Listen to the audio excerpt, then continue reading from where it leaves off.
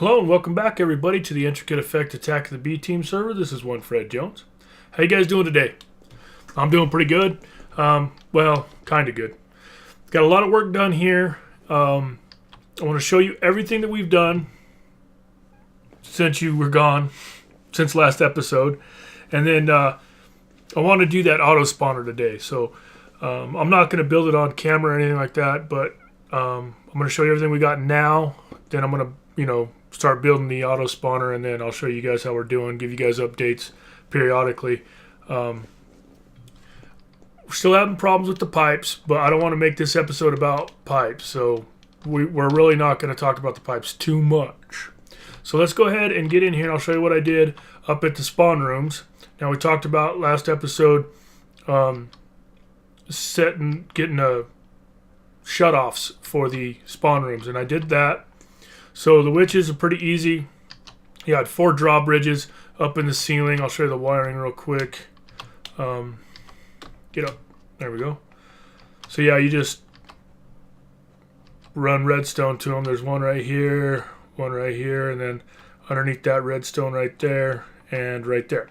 Now those are the really easy ones. The witches, or any other spawn for that, or spawn, any other mob for that matter, in the overworld, you could shut them off basically just like this. Now, Blaze, different story. I also mentioned last episode that the Blaze are much harder to disable. They require a light level of 11 or higher to disable them. So, this is what we had to do. We got 8 of them in here versus the 4 we got over there. And then also in the corners, see right here, we've got this one right here. So, like I've explained in the past, mobs out of these spawners, they actually spawn out of an 8x8 area, which offsets the spawner. The spawner's not in the middle on an 8x8, but most people do a 9x9, and that's what we have here, 9x9 rooms. So that's why we only need this in one corner. It's because actually these guys are not even spawning over here. Along this side and along that back side, and along the front side and this side, they don't spawn in these rooms. And the same thing with the witches. They're not really using this area over here, or the area in front, or the area on this side and the area in back, because they only really spawn in an 8x8 area. So I know it looks a little goofy like that, but that's really the only way I could get it to work properly. So that's pretty cool, though. I mean, that helps a lot. Been having a lot of issues with the pipes, and it's easy just to shut those guys off. It's really cool. So then we also set up a little test rack over here to trade back and forth with Sig. That's pretty cool. These test racks are awesome. Now we'll go down here. This is where I did a lot of work, man. And it looks really good, I think. Cleaned it all up. If you guys remember, there's pipes all over the place down here, and tanks and all kinds of different stuff. Well, using micro blocks, I cleaned this thing up a lot, and I think it looks really good. We used to have power going to the back of the grinder. We got that going in from the bottom now. Looks really good. We have a mob essence tank right here now. It's pretty cool. I'll go ahead and knock. Every time I do this, so I lose a micro block. So for you guys, yeah, he's gone. He's in there. Yeah. Actually, I think I'll go get him. Let's go get him. Go in right here. Cool. So, mob essence out one side just like that, and then the items come out this other side, and they go up into here. Let's go and knock this one out. Let's see which one do I want to knock out. That works. Or that works. Just like that. So everything travels down here and then goes into our sorting system. Glowstone dust, blaze, gunpowder. Redstone, gunpowder. And then I've got all these set on switches or levers. These are the carpenter's block levers. These things are awesome. But I've got it set up this way, so if I don't want to process this stuff, if I want to just kind of save it, like I do right now, like I've been using the glowstone, so I just shut this off and it doesn't go into our magma crucible. Doesn't get turned into liquid. And same thing here. I don't want to process any blaze rods right now, so I have that lever shut off. And then this we could actually turn on, and we're making redstone blocks out of this before we drop them into a deep storage unit. So let's go ahead, we'll turn that on, and it goes super fast. See, this thing works like crazy. We got the same thing going on here though, and I'm going to change this. We want to change this to a pulverizer, because the way we've got it set up right now, we're only getting two blaze powder per blaze rod. So I'm going to put in a pulverizer, and with the pulverizer, you get 4 blaze powder, plus there's a 50% chance of getting sulfur, and we need that sulfur. So we're going to start pulverizing this stuff. Now, we're going to have to figure out... Oh, let me show you the other side before we go down here. These, I just basically put another chest in here to increase the storage capacity, and hoppers. I might change this up. I don't know exactly what I'll do yet, but let's go ahead and put some of these back. I don't know exactly what I'm going to do. Like, we can use these items for different things. Sugar. Now this stuff's going to go straight into an incinerator. I don't want any of that. This is our chest for, yeah, everything else. So like a spider spawned in there and it killed it. So I got some string, zombies, skellies. So all the extra stuff will go in there. And then when we do the auto spawner, get the auto spawner set up over there, we'll pipe all the specialty items. Like if we're after ender pearls, well then all the ender pearls will end up here. Or if we're after, who knows, cows, if we kill cows, spawn cows in and kill them, we'll get beef and it'll go in there. So kind of left it open for now. And then let's go down here. I'll show you the last part. We've got the deep storage units for the gunpowder, redstone blocks, and then we just have a chest with blaze powder in it. So I think I'm going to put, I don't know, I got to figure out if I'm going to, and I'll probably do it before this episode's over, but I need to figure out if I'm going to use the deep storage unit. If I can pull out of a deep storage unit, I might put the blaze powder in one of those as well. But the sulfur that we get will probably go into a deep storage unit as well. Like I said, we really don't need all the spawners that we have, and I'm probably going to keep one blaze spawner pretty much disabled unless we find that we need a ton of blaze rods for something. One of the blaze spawners will probably be disabled most of the time, or all of the time. So there we go with the lightning again, thunder and lightning. Let's see, what else? Of course, I set the tank up the way I did down here because it works for light as well, so that's pretty cool. Now I've got this chest full of blaze powder as well. We got so much blaze powder it's not even funny. So the plan today will be, first and foremost, build the auto spawner. So we're going to build the auto spawner. It's going to go down here on this end right here. And the bottom part, it'll be just like this. It'll look just like these ones do down here. And then it'll pretty much look the same as the other ones up top over here. Did I mention these lights? These lights are really cool. But yeah, it'll look kind of the same as these, only down here. And one thing about the auto spawner is it only requires a 7x7 area. It doesn't require a 9x9 or an 8x8. So it'll be a little bit of a smaller area just on the end there. So I'm going to go ahead, I'm going to get to work.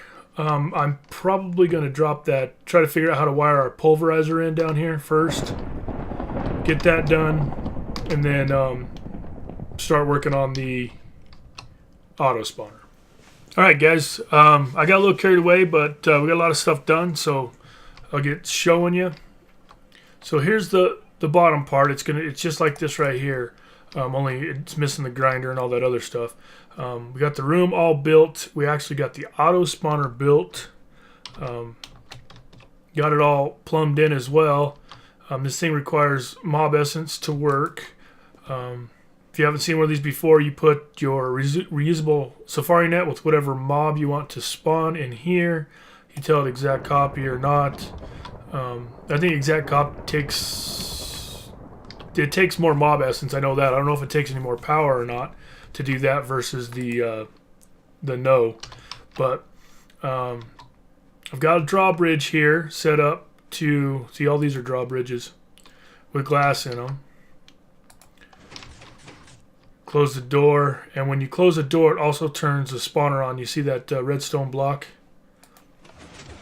When it's down on there, it's turned off, and whenever that piston retracts, which they're wired together, so when the door closes, the piston goes up. So that's pretty cool. There's the wiring for that. This piece of redstone goes to the piston. I inverted the signal on the other side. I'll show that to you real quick. I mean, and really, this is one of the main things I wanted to... oh, it finally stopped raining. One of the main things I wanted to get done with this whole spawner setup and everything. Here's the wiring. You can't see the mob essence one, but you can see the power. Here's where the power goes all the way back over there, and it comes up this direction. That redstone torch right there is for lights. Of course, the light levels do not matter with an auto spawner, so it's lit up in there. And then, see, there's the torch that inverts the signal for the piston.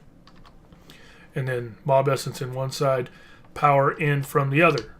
So I did have to cover up. We broke through over here. I had to cover a lot of that stuff up. And I mean, when I did these other ones where this free falling Fred is, it was all open right here because the blaze spawner poked out the side of the mountain, but I closed all that in. So we're getting there. See, I think that's about all I've got done so far. I mean, that's actually quite a bit on that. Yeah, we'll just I mean, this whole room will look the same all the way down. I'll pipe all the items into here. This is where the blaze items come when it's working properly, when the pipes are working properly, and then mob essence from the grinder will go right back into that tank. So really not that much left to do. And we got to put in conveyors as well, put our conveyor belts in. So we got that done. Now I'm going to show you the pulverizer. Shouldn't have covered it up, but I did. So that's the blaze rods, right? Yeah, so we got the pulverizer wired in. Had to reroute some wires, some redstone conduit to get it to work, but it's there. And then I've got everything going into these deep storage units. I've figured out I tried it, and you can pull out of these things. Like, watch, we'll turn that pipe on, and it pulls out of there. I got it set to one at a time, and as you'll notice, one at a time's going out. So we got 3,000 blaze powder in here. It's crazy. We got so much blaze powder, and then we've got our sulfur going in here. So let's go turn it on real quick. I'll show you it in action. Flip this guy on. Come back down here. Otherwise, you won't be able to see the items coming out. So blaze powder, and then we should get a sulfur. There's a sulfur. Perfect. This is what we're really after. The 4 blaze powder per rod we don't need, obviously. We've got enough blaze powder, but this is what we're really after. And the deep storage unit is probably too much as well. I could put a chest there, I bet, and it would be fine. So yeah, that's what I've got so far. So I'm going to go ahead and get that finished, and we'll try it out. All right, guys, we got it all done. But first, I want to show you this. So we're at 30 million of 50 million, right? I went ahead and switched the system over to the energized glowstone, the liquid glowstone. All the dynamos are full. All we got to do is put the reactant in now, and we're going to see what kind of power generation we're going to get.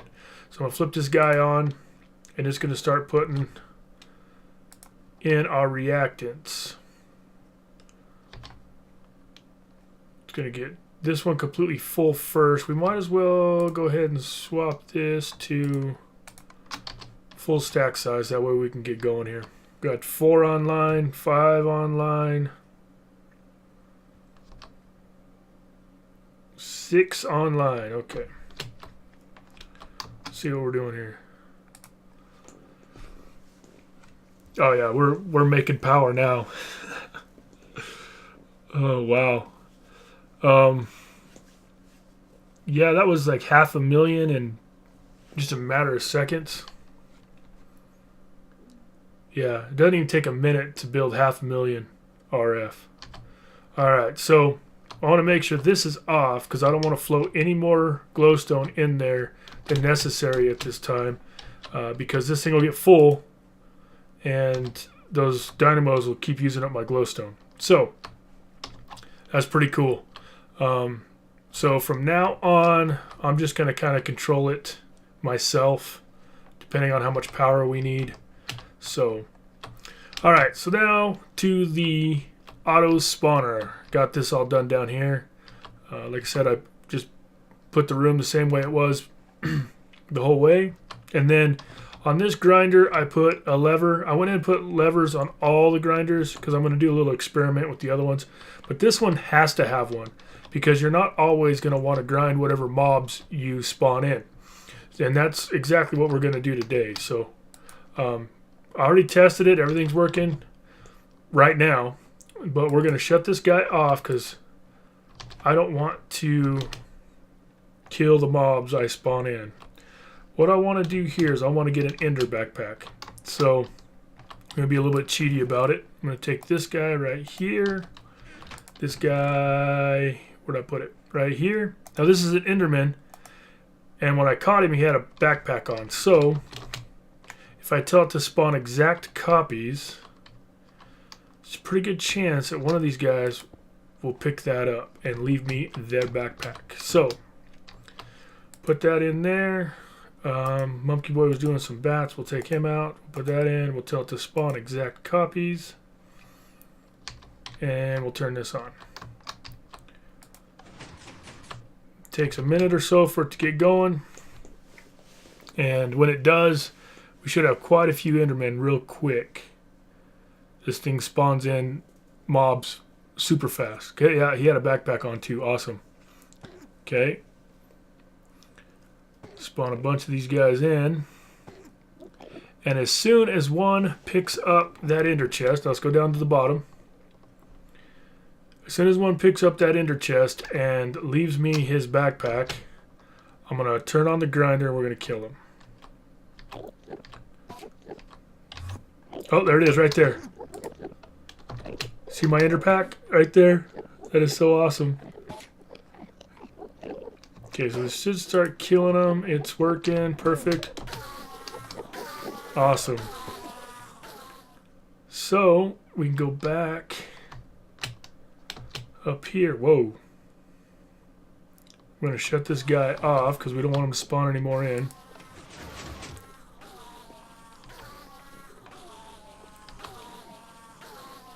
And I now have an ender backpack. Let's see if I got a backpack. Oh, no, I don't. Okay, shift. Oh, that's how you access it. Shift. All right, now I've got an ender backpack. Awesome. All right, guys. Well, I want to thank you guys for watching. Hope you guys learned something today.